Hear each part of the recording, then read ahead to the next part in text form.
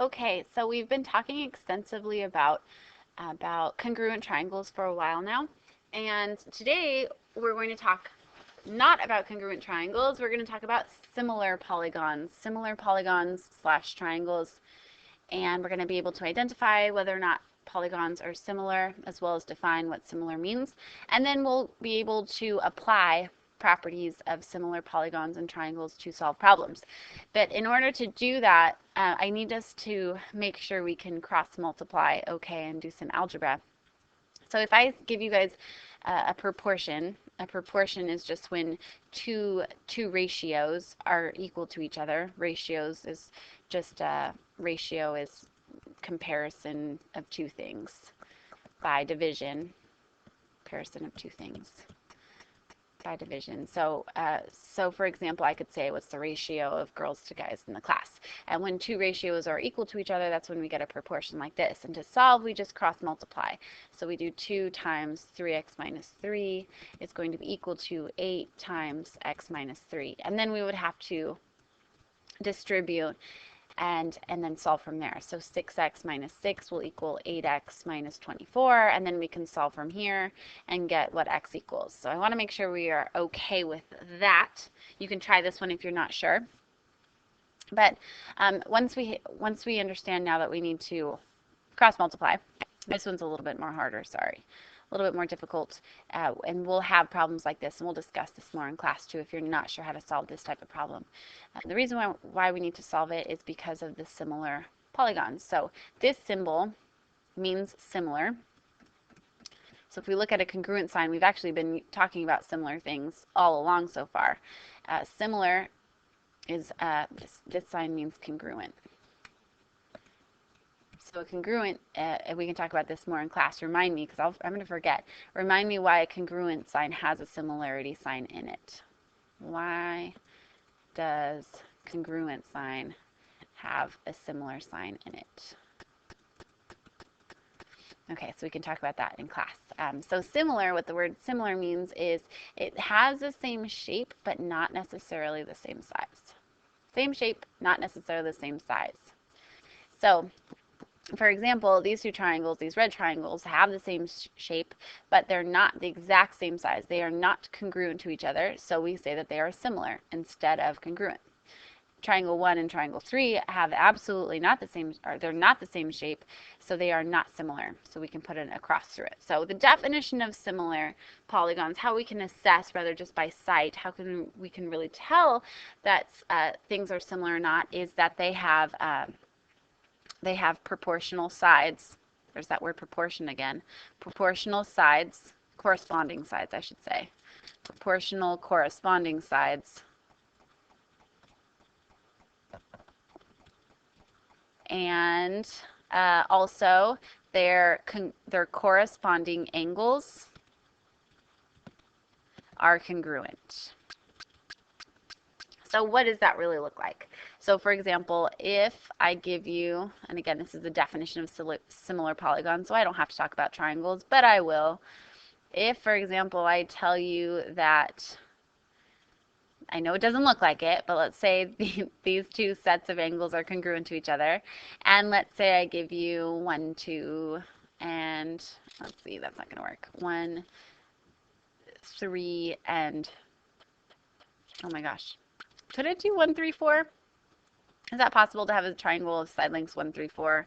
No, it's not, because 1 and 3 have to be bigger than this side. That wouldn't make a triangle by the triangle inequality theorem. So let's say I did 1, 4, and 2. I think that'll work. Gosh. Okay, brain fart again. 1 and 2 is not bigger than 4. Hello. Okay, let's do 1, 4, and...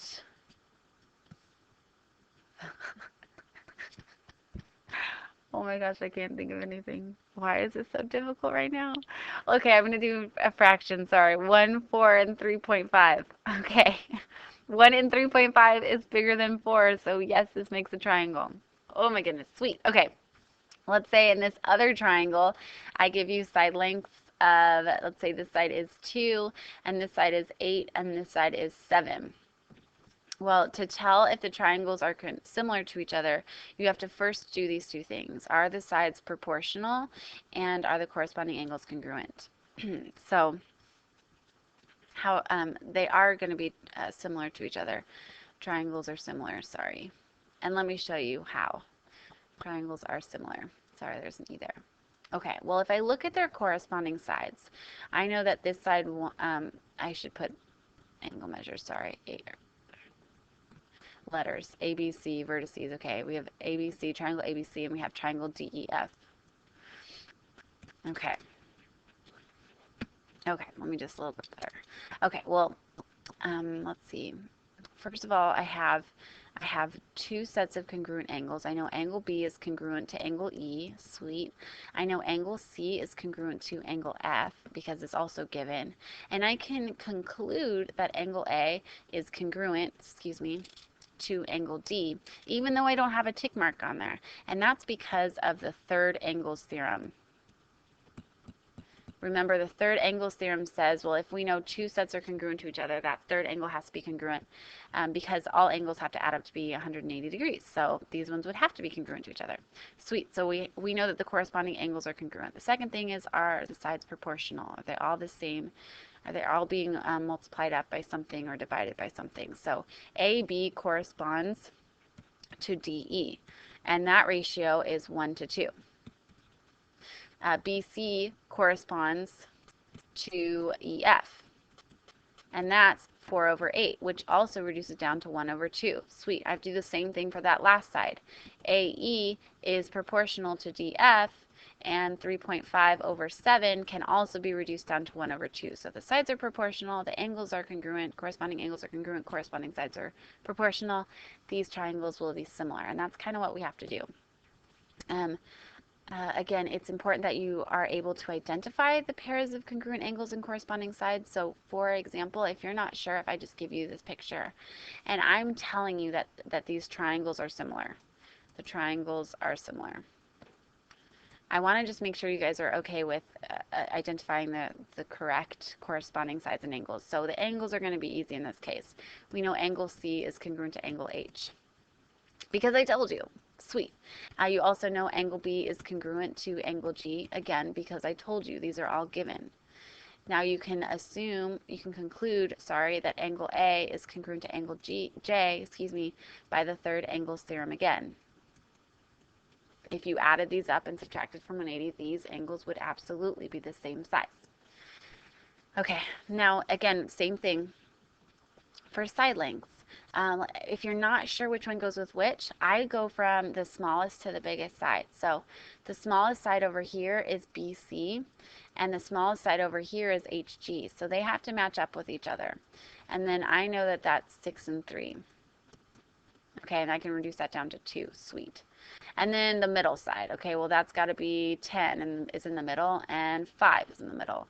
So AB should correspond to JG, and 10 over 5 is also 2. And then the last one, if we do the hypotenuse, we know AC should correspond to HJ, and if you take 11.6 and divide by 5.8, you are also going to get 2. Sweet, so these triangles are similar. Second thing we're going to do is we're just going to determine whether the polygons are similar. Again, this is the same thing. We can skip this. Again, the two main things that I want you to grasp and definitely have down in your notes is that the corresponding angles must be congruent and that the corresponding sides must be proportional.